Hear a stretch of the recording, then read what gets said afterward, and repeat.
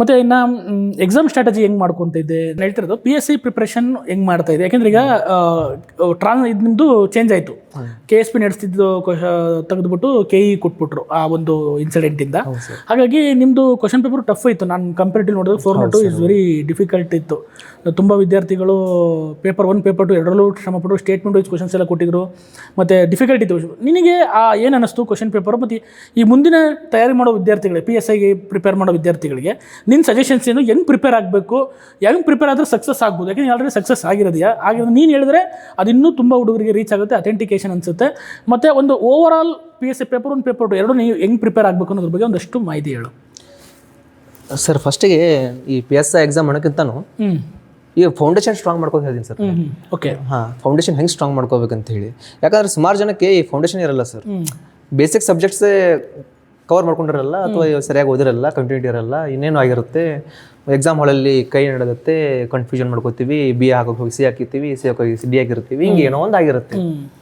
ಇದು ಹೆಂಗೆ ಸರ್, ಇದು ಹೆಂಗೆ ಸಾಲ್ವ್ ಮಾಡ್ಕೋಬೇಕು, ಮತ್ತು ಸಬ್ಜೆಕ್ಟ್ ಹೆಂಗೆ ಎಲ್ಲಾನು ಕ್ಯಾರಿ ಮಾಡಬೇಕು, ಎಲ್ಲ ಸಬ್ಜೆಕ್ಟನ್ನು ಮುಗಿಸಿದಿನ ಅನ್ನೋ ಫೀಲ್, ಕಾನ್ಫಿಡೆನ್ಸ್ ನಿನಗೆ ಹೆಂಗೆ ಬರಬೇಕು ಅದನ್ನು ಅನ್ನೋದು ನಾನು ಹೇಳ್ತೀನಿ ಸರ್ ಇಲ್ಲಿ. ಓಕೆ, ನನಗೂ ಇದು ಇದ್ದಿತ್ತು ಸರ್. ನನಗೆ ಇದು KSRP PSI KSIS PSI ಎಲ್ಲ ನಾನು ಹತ್ರ ಹೋಗಿ ಬಿದ್ದಿದ್ದಕ್ಕೆ ನನಗೆ ಅನುಭವ ಆಯ್ತು. ಅದು ನಂದು ಹೆಂಗಾಗಿಬಿಡ್ತು ಅಂದರೆ, ಈಗ PSI ಅಂತ ಮಾಡಿದ್ನಂದರೆ ಈ 402 PSI ಹೇಳ್ತೀನಿ ಸರ್.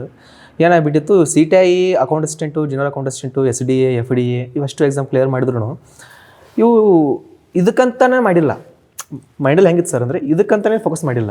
PSI ಅಂತ ಮಾಡಿದ್ದೀನಿ, ಆರಾಮಾಗಿ ಬರೋಣ ಎಕ್ಸಾಮ್, ಬಿಂದಾಸಾಗಿ ಬರೋಣ ಅಂದ್ಕೊಂಡು ಬರ್ದಿದ್ದು ಎಲ್ಲನೂ ಕ್ಲಿಯರ್ ಆಯಿತು. PSI ಬರಲೇಬೇಕು ಅಂತ ಹೇಳಿ ಕುತ್ಕೊಂಡು ಬರೋದು ಎಕ್ಸಾಮು ಸೆಕೆಂಡ್ ಲಿಸ್ಟಲ್ಲಿ ಬಂತು. ಓಕೆ, ಏನು ಗೊತ್ತಾ ಸರ್ ಇದಕ್ಕೆ ರೀಸನ್ನು? ನನಗೆ ಅನ್ಸಿದ ರೀಸನ್ ಏನಪ್ಪ ಅಂದರೆ, ಮೈಂಡ್ ಮೇಲೆ ಭಾಳ ಒತ್ತಡ ತೊಗೊಂಡ್ಬಿಡ್ತೀವಿ ಸರ್ ಎಕ್ಸಾಮ್ ಹಾಲಲ್ಲಿ. ಎಕ್ಸಾಕ್ಟ್ಲಿ, ಇದಕ್ಕಂತ ಮಾಡಿದೀಯಾ ನೀ ಕ್ವಶನ್ ಪೇಪರ್ ಸಾಲ್ವ್ ಮಾಡ್ತಾ ಇದೀಯ ನೋಡು, ನೀ ಇದಕ್ಕಂತಾನೆ ಮಾಡಿದೀಯಾ, ನೀ ಚೆನ್ನಾಗಿ ಹಾಕ್ಬೇಕು ಇದನ್ನ. ಒಂದ್ಸಲ 2 ಸರಿ ಓದ್ ಕ್ವಶನ್ ಅನ್ನ, 2 3 ಸರಿ ಆಪ್ಷನ್ಸ್ ಓದು, ಬಟ್ ಕರೆಕ್ಟಾಗಿ ಟಿಕ್ ಮಾಡು.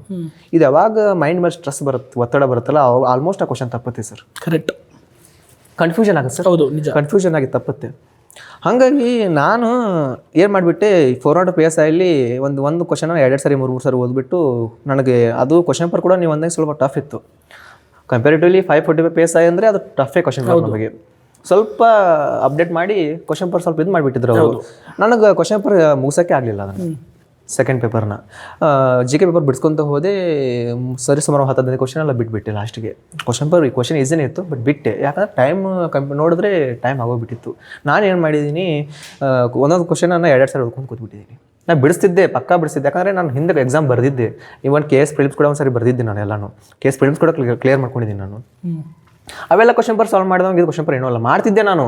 ಬಟ್ ನಂದು ಲೈಫಲ್ಲಿ ಏನಾಗ್ಬಿಡ್ತು, ಅದು 2 ಸರಿ ಓದ್ಕೊಂಡು ಹೋಗ್ಬಿಟ್ನಲ್ಲ. ಚೆನ್ನಾಗಿ ಹಾಕ್ಬೇಕು ಅಂತೇಳಿ ಅಲ್ಲಿ ಎಲ್ಲೋ ಒಂದು ಕಡೆ ಎಡೋದು ಅನಿಸ್ತು ನಾನು. ಕೊನೆ ಒಂದಿನ ಟೈಮ್ ಕರೆಕ್ಟಾಗಿ ಇದಾಗಲಿಲ್ಲ, ಸೆಟ್ ಆಗಲಿಲ್ಲ. ಒಂದು 10 ಕ್ವಶನ್ ಬಿಟ್ಟೆ. ಆ 10 ಕ್ವಶನ್ ಬಿಟ್ಟು ಒಂದಕ್ಕೆ ಒಂದು 4-5 ಕ್ವಶನ್ ಆದರೂ ಹಾಕ್ತಿದ್ದೆ ಅನಿಸುತ್ತೆ ಅಲ್ಲಿ. ಅದಕ್ಕೆ ಸೆಕೆಂಡ್ ಲಿಸ್ಟಲ್ಲಿ ಸೆಲೆಕ್ಷನ್ ಆದ PSIಲಿ. ಹಾಗಾಗಿ ಅದು ಎಕ್ಸಾಮ್ ಆಲ್ದು ಅದನ್ನು ಹೇಳ್ತೀನಿ ಸರ್. ಮೊದಲು ಬುಕ್ಸ್ ಓದೋದನ್ನು ಹೇಳ್ತೀನಿ ಸರ್. ನಾನು ಇಲ್ಲಿ ಹೆಂಗೆ ಬುಕ್ಸ್ ಓದಬೇಕಂತೇಳಿ ನಾನು ಮಾಡಿದ್ದು ಅಂದರೆ, ನಾನು ಹೆಂಗೆ ಹೇಳ್ತೀನಿ ಅಂದರೆ, ಈಗ ನನ್ನನ್ನು ಇನ್ಸ್ಪಿರೇಷನ್ ಆಗಿ ಓದಬೇಡ, ನನ್ನನ್ನು ಮೋಟಿವೇಶನ್ ಆಗಿ ಓದಬೇಡ, ಅಥವಾ ನನ್ನ ಜಾಗದಲ್ಲಿ ಯಾರೋ ಓದಬೇಡ ಸರ್. ನಾನು ಡೈರೆಕ್ಟಾಗಿ ಹೇಳ್ತೀನಿ. ಕರೆಕ್ಟ್. ಯಾಕೆ ಗೊತ್ತಾ ಸರ್, ಮೊದಲು ಎದೆಯಲ್ಲಿ ಬೆಂಕಿ ಇರು ಸರ್. ನಮ್ಮ ಮನೇಲಿ ಮೊದಲು ಬೆಂಕಿ ಇರಲಿ. ಎಷ್ಟು ದಿನ ಪಕ್ಕದ ಮನೆಗೆ ಹೋಗಿ ಬೆಂಕಿ ತಂದು ನಮ್ಮ ಮನೆ ಒಲೆ ಪುಟ್ಟ ಮಾಡ್ಕೊಂಡು ಅಡಿಗೆ ಮಾಡಿ ತಿನ್ನೋಕ್ಕಾಗುತ್ತೆ? ಆಗಲ್ಲ. ಎಷ್ಟು ದಿನ ತರ್ತೀವಿ ಸರ್? ಒಳಗಡೆ ಬೆಂಕಿ ಹತ್ತಿದಾಗ ಸಾನೆ ಸರ್. ಎದೆಯಲ್ಲಿ ಬೆಂಕಿ ಇದ್ರೇ ಆಗೋದಿಲ್ಲನು. ನಂದೇನು ಮೈ ಮರಿಬಾರ್ದು, ಒಂದು 2 ವರ್ಷ ಆದರೂ ಕಂಟಿನ್ಯೂ ಓದಬೇಕು. 1 ತಿಂಗಳು ಬರ್ತೀನಿ, ಒಂದು 6 ತಿಂಗಳು ಓದ್ತೀನಿ, ಒಂದು ಯಾವುದೋ ಎಕ್ಸಾಮ್ ಬರ್ತೀನಿ, ಒಂದು ಪೊಲೀಸ್ ಕಾನ್ಸ್ಟೇಬಲ್ ಬರ್ತೀನಿ, ಒಂದು PSI ಬರ್ತೀನಿ, ಬಿಟ್ಬಿಟ್ಟು ಮನೆ ಹೋಗ್ತೀನಿ ಅನ್ನೋಂಗಿಲ್ಲ ಸರ್. ಮೊದಲು ಬೆಳಲೇಬೇಕು ಸರ್. ಇಲ್ಲಿ ಎಲ್ಲರೂ ಬೀಳ್ತಾರೆ. ಏನು ಹೋದ ಕೂಡಲೇ ನಾನು ಒಂದು 2 ವರ್ಷ ಓದೇನಪ್ಪ, ಫಸ್ಟ್ ಎಕ್ಸಾಮ್ ಕ್ಲಿಯರ್ ಮಾಡಿ ನಾನು, ಅವರು ಭಾಳ ಕಡಿಮೆ ಸರ್, ಇರ್ಬೋದು ಭಾಳ ಕಡಿಮೆ. ಹೌದು ಸರ್. ಹಂಗಾಗಿ ಒಂದು ಸ್ವಲ್ಪ 4-5 ಎಕ್ಸಾಮು ಹೆಚ್ಚು ಕಮ್ಮಿ ಆಗುತ್ತೆ ಸ್ಟಾರ್ಟಿಂಗಿಗೆ. ಹಂಗಂತ ಬಿಡಬಾರ್ದು ಸರ್. ಈಗ ಒಂದು ಎಕ್ಸಾಮ್ ಬಂತು, PC ಎಕ್ಸಾಮ್ ಬರೆದಿದ್ದೆ, ಕ್ಲಿಯರ್ ಆಗಲಿಲ್ಲ, ಒಂದು 2-3 ತಿಂಗಳು ಊರಿಗೆ ಹೋಗೋಣ, ಲೈಬ್ರರಿ ಓದೋರು, ಧಾರವಾಡಲ್ಲಿ ಓದೋರು ಅಥವಾ ಊರಲ್ಲಿ ಓದೋರು, ಒಂದು ಸ್ವಲ್ಪ ದಿನ ಏನು ಮಾಡೋದು ಬೇಡ, ಆರಾಮಾಗಿ ಫ್ರೆಶ್ ಆಗಿ ಆರಾಮಿರೋಣ, ಮತ್ತೆ ನೋಟಿಫಿಕೇಶನ್ ಆಗಲಿ, ಮತ್ತೆ ಸ್ಟಾರ್ಟ್ ಮಾಡೋಣ. ಈ ಮೆಂಟಾಲಿಟಿಯಿಂದ ಹೊರಗೆ ಬರ್ಬೇಕು ಸರ್. ಮೊದಲು ಕಂಟಿನ್ಯೂ ಇರಲಿ. ಇವತ್ತು ಎಕ್ಸಾಮ್ ಬರ್ದಿದ್ಯಾ, ರವಿವಾರ ಬರ್ದಿಯಾ, ಸಂಡೇನೇ ಎಕ್ಸಾಮ್ ಬಂದ್ಯಾ, ಸೋಮವಾರದಿಂದ ಮತ್ತೆ ಓದೋಕ್ಕೆ ಸ್ಟಾರ್ಟ್ ಆಗಿರಬೇಕು. ಗ್ಯಾಪ್ ಕೊಡೋಂಗಿಲ್ಲ. ಅಥವಾ ರಿಸಲ್ಟ್ ಬಂದನ್ನ ರಿಸಲ್ಟಲ್ಲಿ ಸೆಲೆಕ್ಷನ್ ಲಿಸ್ಟಲ್ಲಿ ಇಲ್ಲ ಅಂದ್ಕೊಳ್ಳೇನೆ ಮತ್ತೆ ನೋಟಿಫಿಕೇಶನ್ ಆಗಿ ನೋಡೋಣ ಅನ್ನೋಂಗಿಲ್ಲ. ಮತ್ತೆ ರೀಸ್ಟಾರ್ಟ್ ಸ್ಟಾರ್ಟ್ ಮಾಡಬೇಕು. ಅದ್ರ ಮಾರದಿನ ಸ್ಟಾರ್ಟ್ ಮಾಡಿರ್ಬೇಕು. ಒಂದು ವಾರ ಕೂಡ ಕೊಡೋಂಗಿಲ್ಲ. ನಾನು ಹಿಂಗೆ ಸರ್, ಅದು ಮಾರದಿನ ಮತ್ತೆ ಓದಕ್ಕೆ ಸ್ಟಾರ್ಟ್. ಅವತ್ತು KSISF KSRP PSIಗೆಲ್ಲ ನಾನೇ ರೂಮಲ್ಲೆಲ್ಲ ಉಳ್ಳಾಡೆತ್ತಿದ್ದೀನಿ. ಬಟ್ ಅದ್ರ ಮರದಿನ ಮತ್ತೆ 4 ಗಂಟೆಗೆ ಎದ್ದಿದ್ದೀನಿ, ಮತ್ತೆ ಕೈಯಲ್ಲಿ ಅದೇ ಬುಕ್ಕು.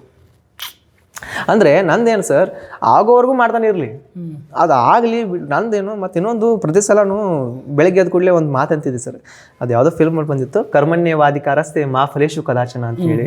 ನನ್ನ ಕರ್ಮನ ಮಾಡ್ತೀನಪ್ಪ ಅದು ಭಗವಂತ ಕೈ ಮುಗಿದ್ಬಿಡ್ತಿತ್ತು ಬೆಳಗ್ಗೆ ಎದ್ದ ಕೂಡಲೇ.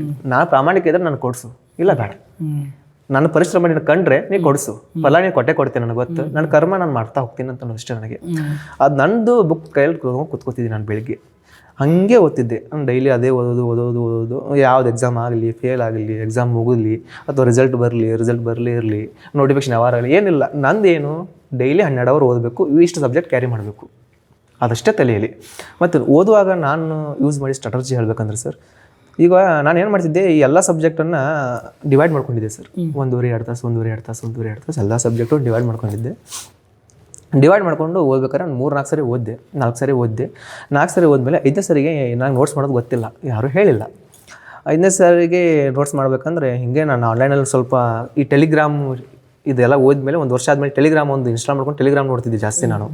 ಯಾಕಂದರೆ ಟೆಲಿಗ್ರಾಮ್ ಯಾಕೆ ನೋಡ್ತಿದ್ದೆ, ಅದಕ್ಕೆ ಮೇನ್ ರೀಸನ್ ಏನಂದರೆ ನ್ಯೂಸ್ ಪೇಪರ್ ಕಟಿಂಗ್ಸ್ ಓದ್ತಿದ್ದೆ ಒಂದು. ಇನ್ನೊಂದು PSI ಅಂತ ನಿಮ್ಮದೊಂದು ಗ್ರೂಪ್ ಇತ್ತು, ಆ PSI first paper second papers ಒಳಗೆ ಮಾಡ್ತಿದ್ದೆ. ಟೆಲಿಗ್ರಾಮ್ ಒಂದು ನನ್ನ ಹತ್ರ ಇತ್ತು. ಆವಾಗ ನಾನು ಏನು ಮಾಡಿದೆ, ಈ PSIದು ಈ ಎಲ್ಲ ಎಕ್ಸಾಮ್ಗೂ ಪ್ರಿಪ್ರೇಷನ್ ಟೈಮಲ್ಲಿ ಈ 3-4 ಸರಿ ಬುಕ್ ಓದಿದೆ. 3-4 ಸರಿ ಬುಕ್ ಓದಿದೆ. 5ನೇ ಸರಿ ನೋಟ್ಸ್ ಮಾಡಬೇಕಲ್ಲ ಸರ್. ನೋಟ್ಸ್ ಮಾಡ್ಬೇಕಂದ್ರೆ ಈಗ ಎಲ್ಲರೂ ನೋಟ್ಸ್ ಮಾಡಿ ಯಾರಾದರೂ ಕೇಳಿದ್ರೆ, ಈಗ ಅಣ್ಣ ಈಗ ಬೆಂಗಳೂರಲ್ಲಿ ಸ್ವಲ್ಪ ಜನ ಓದ್ತಿದ್ರು, ಧಾರವಾಡಲ್ಲ ನಮ್ಮ ಫ್ರೆಂಡ್ ಓದ್ತಾ ಇದ್ರು, ಕೇಳಿದ್ರೆ ನೋಟ್ಸ್ ಮಾಡಬೇಕಪ್ಪ, ನೋಟ್ಸ್ ಮಾಡಿದ್ರೆ ಆಗತ್ತಿಲ್ಲ ಅಂದ್ರೆ ಆಗಲ್ಲ, ನೋಟ್ಸ್ ಮಾಡಬೇಕು, ಹೆಂಗೆ ಮಾಡ್ಬೇಕು ನೋಟ್ಸು. ನಾನೇನು ಮಾಡಿದೆ ಸರ್, ಈಗ ಈ ಜಿಯೋಗ್ರಫಿ ಬುಕ್ ಓದ್ತಾ ಇದ್ದೀನಿ. ಜಿಯೋಗ್ರಫಿ ಬುಕ್ ಓದ್ತಿರ್ಬೇಕಾದ್ರೆ ಫಸ್ಟ್ ಯಾವುದೋ ಜ್ವಾಲಾಮುಖಿ ಬಗ್ಗೆ ಓದ್ತಾ ಇದ್ದೀನಿ ಅಂದ ಕೂಡಲೇ ಒಂದು ವೈಟ್ ಶೀಟ್ ಇಡ್ತಿದ್ದೆ ಆ ಬುಕ್ಕಲ್ಲಿ. ಈಗ ಜ್ವಾಲಾಮುಖಿ ಬಗ್ಗೆ ಓದ್ತಾ ಇದ್ದೀನಿ ಅಂದರೆ ನನಗೆ ನೆನಪು ಉಳಿಯಲ್ಲ. ಏನಪ್ಪ ಅಂದ್ರೆ, ಈಗ ಯಾವುದೋ ದೇಶದಲ್ಲಿ ಯಾವುದೋ ಜ್ವಾಲಾಮುಖಿ ಇದೆ, ಅದು ನನಗೆ ನೆನಪು ಉಳಿತಾ ಇಲ್ಲ, ತಪ್ತಾ ಇದ್ದೀನಿ, ಅದಷ್ಟೇ ಬರೀತಿದ್ದೆ ಸರ್. ಯಾವ್ದು ನೆನಪು ಉಳಿಯಲ್ಲ ಅದಷ್ಟೇ ಬರಿತಾ ಇದ್ದೆ. ಹಿಂಗೆ ಎಲ್ಲ ಸಬ್ಜೆಕ್ಟಲ್ಲೂ ಒಂದೊಂದು ಶೀಟ್, ಒಂದೊಂದು ವೈಟ್ ಶೀಟ್ ಇಡ್ತಿದ್ದೆ, ಬರ್ಕೊಂಡು ತೆಗ್ದಿದ್ದು. ಯಾವಾಗ ಅಂದರೆ 4-5 ಸರಿ ಎಲ್ಲ ಬುಕ್ಸ್ ಓದಿದ ಮೇಲೆ ಅವಾಗ ಏನಾಗ್ಬಿಡ್ತಿತ್ತು ಸರ್ ಅಂದರೆ, ಒಂದು 70% ನೆನಪಿಡ್ತಿತ್ತು ಸರ್. ಅಷ್ಟು ಮೇಲೆ ಹೌದು, ಒಂದು 10-20% ಏನೋ ಸ್ವಲ್ಪ ಹೆಚ್ಚು ಕಮ್ಮಿ ಹೋಗುತ್ತೆ ಅದು. ಕರೆಕ್ಟ್. ಅವಾಗ ಯಾವ್ದು ನೆನಪು ಉಳಿಯಲ್ಲ ಅದನ್ನಷ್ಟೇ ಬರಿತಿದ್ದೆ ವೈಟ್ ಶೀಟಲ್ಲಿ. ಸರಿ, ಸುಮಾರು ಒಂದು ಸಬ್ಜೆಕ್ಟ್ಗೆ, ಈಗ ಜಿಯೋಗ್ರಫಿ ಬಂದರೆ ಜಿಯೋಗ್ರಫಿ ಅಥವಾ ಯಾವುದೇ ಅದರ್ ಸಬ್ಜೆಕ್ಟ್ ಆಗಿರ್ಬೋದು, ಒಂದು ಸಬ್ಜೆಕ್ಟ್ಗೆ ಒಂದು 20-30 ಪೇಜ್ ಅಷ್ಟೇ ನೋಟ್ಸ್ ಆಗ್ತಿತ್ತು ನಂದು. ಅಂದರೆ ಏನು ನೆನಪು ಉಳಿಯಲ್ಲ, ಬುಲೆಟ್ ಪಾಯಿಂಟ್ಸ್ ಅಷ್ಟೇ, ಅದಷ್ಟೇ ಬರ್ಕೋತಾ. ಈಗ ಅದನ್ನ ಏನು ಮಾಡಿಬಿಟ್ಟೆ, ಸುತ್ತಮುತ್ತ ಒಂದು ಸಬ್ಜೆಕ್ಟ್ ಕೋಣೆ, ಆ ಕೋಣೆಗೆ ಎಲ್ಲಾನು ಗಾಡಿ ಹಂಚಿಬಿಟ್ಟೆ. ಒಂದು ಜಿಯೋಗ್ರಫಿ ಒಂದು 20 ಪೇಜ್, ಇಷ್ಟೊಂದು 20 ಪೇಜು, ಈ ಸೈನ್ಸ್ ಒಂದು 20 ಪೇಜು, ಹಿಂಗೆಲ್ಲ ಯಾವ್ದು ನೆನಪು ಉಳಿಯಲ್ಲ ಅದಷ್ಟೇ. ಬೆಳಿಗ್ಗೆ ಏನು ಮಾಡ್ಕೊಂಡ್ಬಿಟ್ಟೆ, ಟೈಮ್ ಟು ಚೇಂಜ್ ಮಾಡ್ಕೊಂಡ್ಬಿಟ್ಟು 1-2 ಅವರ್ ವಾಲ್ ರೀಡಿಂಗ್ ಅಂತ ಹಾಕೊಂಡ್ಬಿಟ್ಟೆ. ಎಲ್ಲ ಸಬ್ಜೆಕ್ಟ್ ಮುಂದೆ ಹಿಂಗೆ ನಿಂತ್ಕೊಂಡ್ಬಿಡ್ತಿದ್ದೆ ಹೋಗಿ, ಸುಮ್ಮನೆ ಹಿಂಗೆ ಕಣ್ಣಾಡಿಸ್ತಾ ಬರ್ತಿದ್ದೆ. ಅದು ಭಾರಿ ಹೆಲ್ಪ್ ಮಾಡಿತ್ತು ಸರ್ ನನಗೆ. ವಾಲ್ ರೀಡಿಂಗ್ ಒಳ್ಳೆ ಹೊಸ ಕಾನ್ಸೆಪ್ಟ್ ತಂದಿದೆಯಾ, ಸೂಪರ್ ಚೆನ್ನಾಗಿದೆ. ಅದು ಹೆಂಗೆ ಮಾಡ್ಕೊಂಡ್ಬಿಟ್ಟಿದ್ದೆ, ಸುಮ್ಮನೆ ಈ ಜಿಯೋಗ್ರಫಿ ಓದ್ಕೊಂತ ಹೋಗ್ಬಿಟ್ರೆ, ಈಗ ಜ್ವಾಲಾಮುಖಿ ಬಗ್ಗೆ ಪಟ ಏನೋ ಓದಾತೇನಂದ್ರೆ, ಈಗ ಜ್ವಾಲಾಮುಖಿ ಎಲ್ಲ ನೆನಪಾಗ್ಬಿಡ್ತಿತ್ತು ನನಗೆ. ಹಿಂಗೆ ಚಾಪ್ಟರ್ ಹಿಂಗಿತ್ತು ಆ ಬುಕ್ನಾಗ, ಅಲ್ಲಿ ಹಿಂಗೆ ಹೈಲೈಟ್ ಮಾಡಿದ್ದೆ, ಆ ಲೈನ್ ಹಿಂಗಿತ್ತು, ಆ ಪ್ಯಾರ ಹಿಂಗಿತ್ತು, ಅವತ್ತರಿಂದ ನಾನು ಇಲ್ಲಿ ನೋಟ್ಸ್ ಬರ್ದೇನೆ ಇಲ್ಲಿ ಗಾಡಿ ಮೇಲೆ ಅಂತೇಳಿ. ಅದೊಂಥರ ಬಂದ್ಬಿಟ್ಟು ನನಗೆ. ಹಂಗಾದ ಭಾರಿ ಕೈ ಹಿಡಿತು ಸರ್ ನನಗೆ ಒಂದು. ಇನ್ನೊಂದು, ಈ ಕರೆಂಟ್ ಅಫೇರ್ಸ್ ಬಂದುಬಿಟ್ರೆ, ಈಗ ಈ ಸಬ್ಜೆಕ್ಟನ್ನು ಹಿಂಗೆ ವಾಲ್ ರೀಡಿಂಗು ಅದು ಇದು ಮಾಡ್ಕೊಂಡೆ.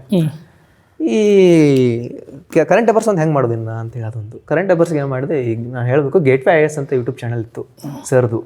ಅವರು news paper cuttings ಆಗ್ತಾಯಿದ್ರು daily.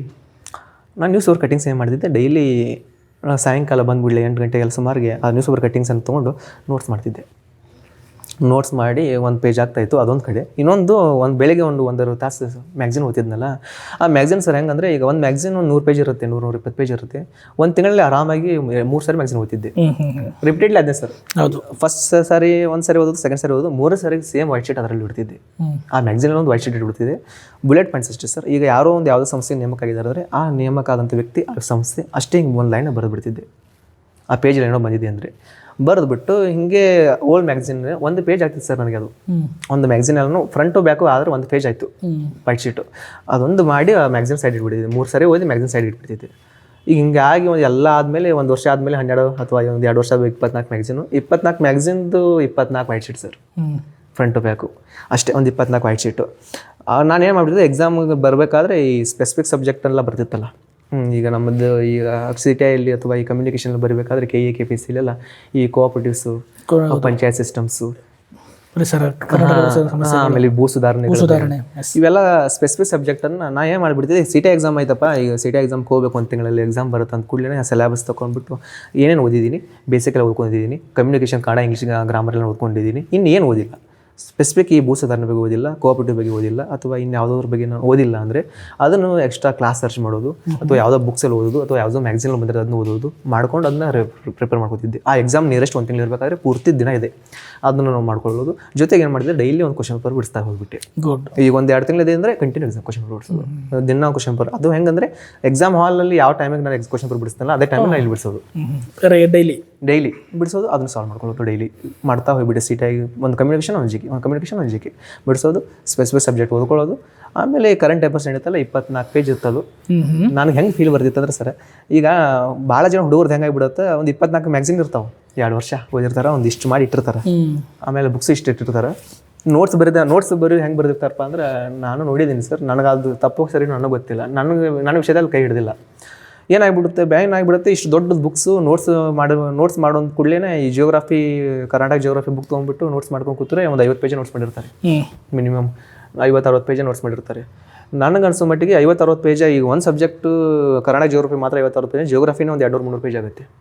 Hole subject ಒಂದು 200 ಪೇಜ್ ಜಿಯೋಗ್ರಫಿ ಜೊತೆಗೆ ಅನ್ಕೊಂಡು ಈಗ ಎಲ್ಲ ಸಬ್ಜೆಕ್ಟ್ನೂ ಕ್ಯಾರಿ ಮಾಡಿದ್ರೆ ಒಂದು 1200-1300 ಪೇಜ್ ಆಗುತ್ತೆ ಸರ್. ಎಲ್ಲ ಸಬ್ಜೆಕ್ಟ್ 1200-1300 ಪೇಜ್ ಜೊತೆಗೆ 24 ಮ್ಯಾಗ್ಝಿನ್ ಒಂದು 2 ವರ್ಷದ್ದು 24 ಮ್ಯಾಗ್ಝಿನ್ ಅಂದರೆ ಹಬ್ಬ ಅಂದ್ರೆ ಅದೊಂದು 2400 ಪೇಜ್. ಹಾಂ ಸರ್, ಎಲ್ಲ ಸರ್ 3-4 ಸಾವಿರ ಪೇಜ್ ಆಯ್ತು ಸರ್. ಈ 3-4 ಸಾವಿರ ಪೇಜನ್ನ ಎಕ್ಸಾಮ್ 1 ತಿಂಗಳು ಇರ್ಬೇಕಾದ್ರೆ ಓದಕ್ಕೆ ಯಾರಂದ್ರೆ ಸಾಧ್ಯ ಸರ್? ಅಲ್ಲ, ಓದಿದ್ರೆ ರಿವಿಷನ್ ಮಾಡ್ಬೋದು ಅಷ್ಟೇ. ರಿವಿಷನ್ ಮಾಡ್ಬೋದು, ಸುಮ್ಮನೆ ಗ್ಲಾನ್ಸ್ ಮಾಡ್ಬೋದು ಅಷ್ಟೇ. ಇಲ್ಲಿ ಏನಾಗ್ಬಿಡುತ್ತೆ ಸರ್, ಎಕ್ಸಾಮ್ ಹೋಗ್ಬೇಕಾದ್ರೆ ಕಾನ್ಫಿಡೆನ್ಸ್ ಲೋ ಆಗಿಬಿಡುತ್ತೆ ಸರ್. ಏನಾಗಿದೆ, ಈ ಸಬ್ಜೆಕ್ಟ್ ಓದಿಲ್ಲ, ಆ ಸಬ್ಜೆಕ್ಟ್ ಏನೋ ಅಷ್ಟಿತ್ತು, ಈ ಸೈನ್ಸ್ ಇಷ್ಟು ಉಳಿದಿತ್ತು, ಈ ಕರೆಂಟ್ ಅಫೇರ್ಸ್ 24 ಮ್ಯಾಗ್ಝಿನಲ್ಲಿ 6 ಮಾತ್ರ ಓದಿದ್ದೀನಿ, ಇನ್ನೂ 18 ಬಾಕಿ ಇದೆ, ಇದೆಲ್ಲನೂ ಬಂದುಬಿಡುತ್ತೆ. ಅವಾಗ ನಾನು ಏನು ಮಾಡಿಬಿಡ್ತಿದ್ದೆ, ಎಲ್ಲನೂ ವೈಟ್ ಶರ್ಟ್ ತೊಗೊಂಡ್ಬಿಡ್ತಿದ್ದೆ ಒಳಗೆ. ಈ 24 ಮ್ಯಾಗ್ಝಿನಲ್ಲಿ 24 ವೈಟ್ ಶರ್ಟ್ ಹೊರಗೆ ತಗೊಂಡ್ಬಿಟ್ಟು ಒಂದು 20 ಸರಿ ಅದನ್ನೇ ಓದ್ಬಿಟ್ಟಿದ್ರೆ ನನಗೆ ಫೀಲ್ ಹೆಂಗಿರುತ್ತೆ ಅಂದ್ರೆ 24 ಮ್ಯಾಗ್ಝಿನ್ ಓದಿದ್ದೀನಿ ನಾನು ಅಂತ 2 ವರ್ಷ ಮ್ಯಾಗ್ಝಿನ್ ಪೂರ್ತಿ. ಅದನ್ನ ಸೈಕಲಾಜಿಕಲ್ ಕಾನ್ಫಿಡೆನ್ಸ್ ಅಂತ ಕರೀತಾರೆ. ಅದು ನಾವು ಓದಿರ್ಲಿಲ್ಲ ಅಂದ್ರೆ ನಮ್ಗೆ ಒಂದು ಕಾನ್ಫಿಡೆನ್ಸ್ ಬಂದ್ಬಿಡುತ್ತೆ. 24 ಮ್ಯಾಗ್ಝಿನ್ಸ್ ಓದಿದ್ದೀನಿ, ನಂಗೆಲ್ಲ ರಿವಿಷನ್ ನಂಗೆ ನೆನಪಿದೆ ಅಂತ ಅಂದ್ಬಿಟ್ಟು ಅದು ತುಂಬಾ ಎಕ್ಸಾಮ್ಸ್ ಅಲ್ಲಿ ಕಾನ್ಫಿಡೆನ್ಸ್ ಕೊಡುತ್ತೆ. ಅದು ಕಾನ್ಫಿಡೆನ್ಸ್ ಸರ್, 50% ಕಾನ್ಫಿಡೆನ್ಸ್ ಎಕ್ಸಾಮ್ ಹಾಲಲ್ಲಿ ಕೈ ಹಿಡಿಯೋದು. ಎಷ್ಟು, ಯಾಕಂದ್ರೆ ಸುಮಾರು ಜನ, ಭಾಳ ಜನ ಓದಿದ್ದಾರೆ ಸರ್, ಒಂದು 5-10 ವರ್ಷ ಓದಿದ್ದಾರೆ ಪಾಪ. ನನ್ನ ಫ್ರೆಂಡ್ಸ್ ಇದ್ದಾರೆ ಪಾಪ, ಅವ್ರು ಫುಲ್ಲಿ ನಾಲೆಜ್ ಇತ್ತು ಸರ್, ಎಲ್ಲಾನು ಗೊತ್ತವ್ರಿಗೆ. ಈ ಕಾನ್ಸೆಪ್ಟ್ ಬಗ್ಗೆ ನೀನು ಹಿಂಗೆ ಮಾತಾಡೋಕೆ ಸ್ಟಾರ್ಟ್ ಮಾಡಿದ್ರೆ ನನಗಿಂತನೂ ಒಂದು 10 ಪೇಜ್ ಜಾಸ್ತಿನೇ ಬರೀತಾರೆ, ಓದ್ತಾರೆ. ಆ ಲೆವೆಲ್ಗೆ ಅವ್ರಿಗೆ ನಾಲೆಜ್ ಇದೆ. ಬಟ್ ಎಕ್ಸಾಮ್ ಹಾಲಲ್ಲಿ ಕೂತ್ಕೊಂಡು ಕೂಡಲೇ ಕಾನ್ಫಿಡೆನ್ಸ್ ಇರಲ್ಲ, ಪ್ಯಾನಿಕ್ ಆಗ್ತಾರೆ. ಈ ಕ್ವಶನ್ ಓದಿದ ಕೂಡಲೇ ಏನ ಬಿ ನ ಸೀನ ಅಂತೇಳಿ ಏನು ಕನ್ಫ್ಯೂಷನ್ ಮಾಡ್ಕೋತಾರೆ. ಒಂದೊಂದು ಕ್ವಶನನ್ನು ಓವರ್ ಥಿಂಕ್ ಮಾಡ್ತಾರೆ, ತಪ್ಪು ಹಾಕ್ತಾರೆ, ಸೆಲೆಕ್ಷನ್ ಲಿಸ್ಟ್ ಹೆಸರು ಬರಲ್ಲ. ಇದು ತುಂಬ ಜನದ ಇದಕ್ಕೈತಿ ಸರ್. ಕರೆಕ್ಟ್. ಏನೋ ಕಾನ್ಫಿಡೆನ್ಸ್ ಇಲ್ಲ, ಓದಿನೇನೋ ಕಾನ್ಫಿಡೆನ್ಸ್ ಅವರಲ್ಲಿ ಇಲ್ಲ. ಆ ಕಾನ್ಫಿಡೆನ್ಸ್ ಬರಬೇಕಂದ್ರೆ ನೋಟ್ಸನ್ನು ಶಾರ್ಟ್ ಮಾಡ್ಕೋಬೇಕಂತ ನಂದು ಸರ್. ಕರೆಕ್ಟ್. ರಿವಿಷನ್ಸ್ಗೆ ಈಸಿ ಆಗಬೇಕು. ಈಗ ಎಲ್ಲ ಸಬ್ಜೆಕ್ಟ್ ಸೇರಿ ಒಂದು 200 ಪೇಜ್ ನೋಟ್ಸ್ ಆಗ್ಬೇಕು ಸರ್ ನಮ್ಮದು. ಅದೊಂದು 200 ಪೇಜ್ ಶಾರ್ಟ್ ನೋಟ್ಸ್, ಒಂದು 50 ಪೇಜ್ ಕರೆಂಟ್ ಅಫೇರ್ಸ್, ಒಂದು 250 ಪೇಜ್ ಅಂದರೆ 250 ಪೇಜನ್ನು 2 ದಿನದಲ್ಲಿ ಓದ್ಬೋದು, ರಿವಿಷನ್ ಮಾಡ್ಬೋದು ಆರಾಮಾಗಿ. ಒಂದು 10-15 ಸಲ ನಾವು ಎಲ್ಲಾನು ಓದ್ಕೊಂಡ್ಬಿಟ್ರೆ ಸಬ್ಜೆಕ್ಟ್ ಓದಿ ನಾನು ಕಾನ್ಫಿಡೆನ್ಸ್ ಇರುತ್ತೆ, ಕರೆಂಟ್ ಅಫೇರ್ಸ್ ಓದಿ ನಾನು ಕಾನ್ಫಿಡೆನ್ಸ್ ಇರುತ್ತೆ. ಇನ್ನು ಎಕ್ಸಾಮ್ ಹಾಲಲ್ಲಿ ಕೂತ್ಕೊಂಡ್ರೆ ಆರಾಮಾಗಿ ಓದಿ ಅಂತ ಅಂತೇಳಿ ಹಾಕೊಂತ ಹೋಗ್ಬಿಡ್ತೀವಿ. ಇದು ಸರ್ ಈ ಸಬ್ಜೆಕ್ಟ್ ಓದಬೇಕಾದ್ರೆ ಮತ್ತು ಈ ಕರೆಂಟ್ ಅಫೇರ್ಸ್ ನೋಡ್ಕೋಬೇಕಾದ್ರೆ ನಾನು ಮಾಡಿ ಸ್ಟ್ರಾಟಜಿ ಸರ್ ಇದು. Very good, super strategy.